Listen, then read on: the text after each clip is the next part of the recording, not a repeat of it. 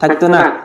তাহলে বোঝা যায় আমাদের এই ছোট্ট মেধায় ধরবে না আল্লাহর সৃষ্টি, কিন্তু আল্লাহ সৃষ্টি যেটা করেছে ওটাই আমাদের মেধায় ধরুক চাই না ধরুক, এটাই আসল, এটাই ঠিক, এ নিয়ে আমাদের কোনো চিন্তা নাই। এই জন্য আল্লাহ তাআলা কিন্তু এই কথা বলছে, এই আল্লাহ রাসূল বলছে যে তাফাক্কারু ফি খালকিল্লাহ, আল্লাহ সৃষ্টি নিয়ে গবেষণা করো, আল্লাহ সৃষ্টি নিয়ে চিন্তা করো। আল্লাহ নাক দেশে, কান দেশে, সবকিছু দেশে, এইগুলো নিয়ে সৃষ্টি করো, কিন্তু আল্লাহকে নিয়ে সৃষ্টি করা যাবে না, কারণ আমাদের এই ছোট্ট মেধায় আল্লাহকে ধরবে না, আল্লাহ সৃষ্টি ধরবে। এই জন্যই তো আল্লাহ পাক রব্বুল আলামিন সূরা আলে ইমরানের মধ্যে বলতেছেন ইন্না ফি খালকিস সামাওয়াতি ওয়াল আরদ ওয়া ইখতিলাফিল লাইলি ওয়ান নাহারি লাআয়াতিন লিউলিল আলবাব।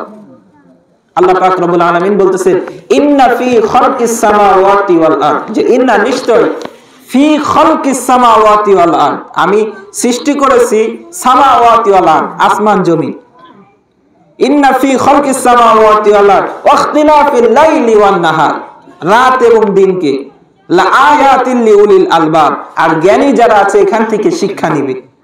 জ্ঞানীরা কি করবে? শিক্ষা নেবে। এখন তো আমরা তো এইগুলো নিয়ে গবেষণা করি না, আমাদের গবেষণা অন্য কিছু নিয়ে, তাই না?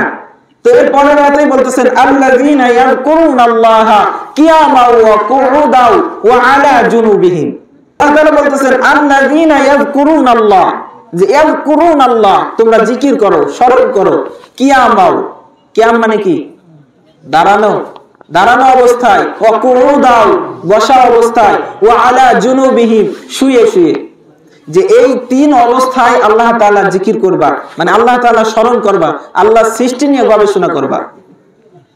ওয়া ইয়াতাফাক্কারুনা ফি খালকিস সামাওয়াতি ওয়াল আরদ, যে ইয়াতাফাক্কারুনা, যে আল্লাহ তাআলা কিভাবে সৃষ্টি করেছেন সামাওয়াতি ওয়াল আরদ আসমান জমিন, এটা নিয়ে আমরা চিন্তা করব।